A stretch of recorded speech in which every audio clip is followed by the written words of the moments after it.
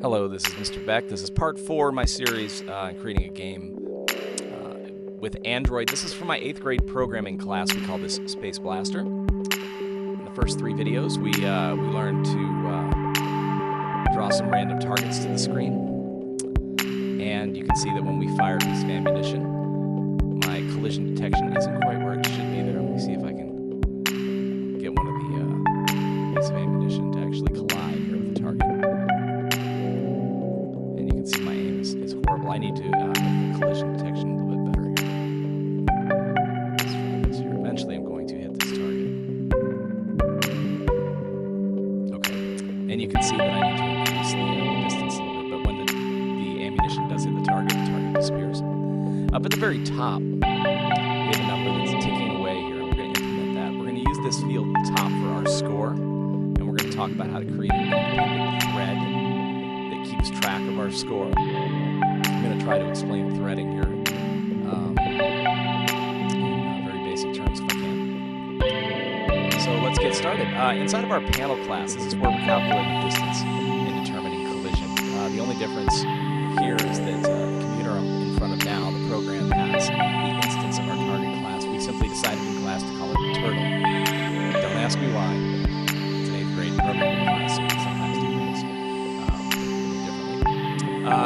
The instance of the target class is called Turtle. The instance of the ammo class is called Ammo. If at any point the distance between the target and any piece of ammunition is less than 10, Turtle is showing is set to false and the target disappears as we just saw. Well, we're going to go ahead and we're going to increment score a little bit here. Very simply, we're going to put inside of our getter-setter class, which is one way to do this. There are others. I'm going to create a value in a second, and I'm going to call it score. Okay, and I'm just going to increment it by 1. Getter-setter score plus plus. Now it's giving me a red underline because I have not created that yet. So at any point, if there's any collision, the score will be incremented by 1. This program will not keep score accurately. The way I'm going to show you, my class will be challenged to make it so that 1 hit equals 1 point. Right now, you'll see that when you hit the target, the score will go up by a whole bunch, and we're going to figure out how to limit that so that 1 point is assigned to 1 target. That won't happen here. Anyway, so we're incrementing score by 1, which means I now need to jump into my getter-setter class and create that static integer. All right, public static int score, and we'll set it to 0 first. All right, so now we've got it set so that anytime there's collision, we increment score in our getter-setter class.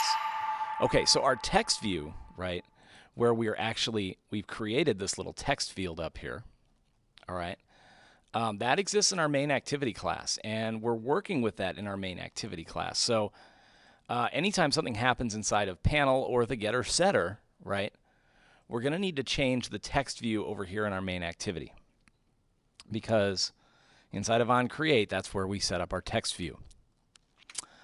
The best way to keep track of changes throughout the program is to create a separate thread, and we're going to use the handler class. So when you create a program within Android, okay, there's what's called, you've got the main activity thread. All right, the program itself is looping over and over again. And if you pause too long and you make the program wait too long, the program will crash. And you'll get that force close, the program has stopped responding error that I think anybody who's used Android has probably seen. So you don't want to make the program execution, the main program execution, pause for too long, otherwise the program crashes. Now, the solution to that is to create a separate thread, a separate execution thread that loops over and over again in the background that does not interfere with the main execution thread. And that way we can do things like that take a longer period of time, for example. For example, let's say we want to make a web request. We create a separate thread. We tell it to go check the internet for the information we want. And if that takes 2 minutes or 1 minute or 30 seconds to go out to the web and retrieve the information we're looking for, the main program execution isn't waiting for that particular web request to complete. The program execution is still moving along as normal, but we're making the web request in a separate thread that is able to sort of wait for that information. All right, so the more you work with the threading and creating different threads, the more obvious it becomes. And the first time your program crashes because it's been forced to wait too long, you'll see that as well. So we're going to create a instance of the handler class, and I'm calling it mHandler here. And I'm doing this right up here below where we create our main activity class. This handler class will process messages from a separate thread that it is specifically associated with. All right, it's designed to do that. And then down here, what I'm going to do is I'm going to find the bottom. Okay, so here's my method on create. In the onCreate method, I'm just going to go down to the very bottom of the onCreate method here. And you can see that in this program, the onTouch event will occur right after that. I've added some more text. I'm going to put this information here. I'm going to create a new runnable, okay? And that occurs after onCreate, okay? So this goes outside of the onCreate method here, all right? And this runnable, this is our separate thread execution here, and it's very simple. What we're doing is I'm writing to our text view, okay, the value I, which I declared at the top of the class as well and set it to 0.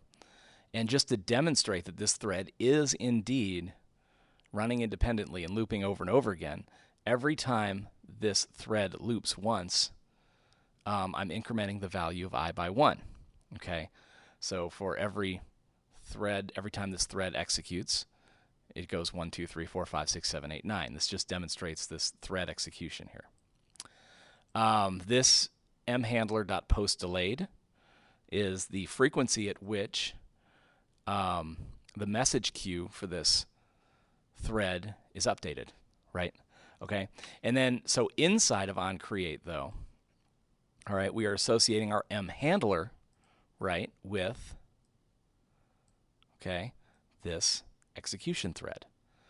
All right, so inside of onCreate, we initialize our mHandler class correctly and associate it with the thread. And then outside of onCreate, we actually create our separate execution thread and have it do whatever it is we'd like to do.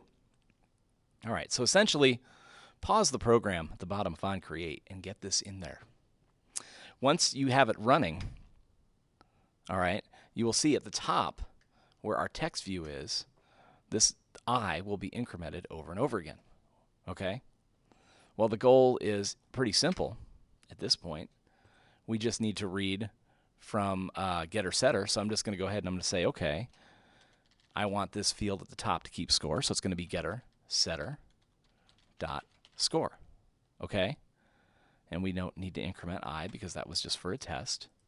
So now, as this thread loops over and over again, it is constantly polling the getter setter dot score integer, and it is setting the text view at the top of the screen to reflect whatever that is. At first, when the program starts, you can see that I had a teacher walk in there, so I did just pause the video. Here's our static integer score in the getter setter class, and then inside of panel, anytime we have a collision, we increment that by 1, and you'll see that the score will go up. However, it won't go up by 1 every time we hit the target. And I'm going to challenge the class to think about why that is. Why are we getting such a large score increase every time there is collision with the target, and how do we fix it? So that's the challenge for this right now. Once again, for a grade then, you should be keeping score every time you hit a target. And the scores should be reflected 1 point per collision up here in this top field. So that is the scope of this particular tutorial. I hope you found it helpful. Any comments in the YouTube section here are welcome, as I learn as much from people who watch these videos as I hope they learn from me. So thank you for watching, and look for the next video. I think we're going to go through and we're going to take the buttons down here, and we're going to replace these standard gray Android buttons with some nicer looking graphics. So once again, thank you for watching.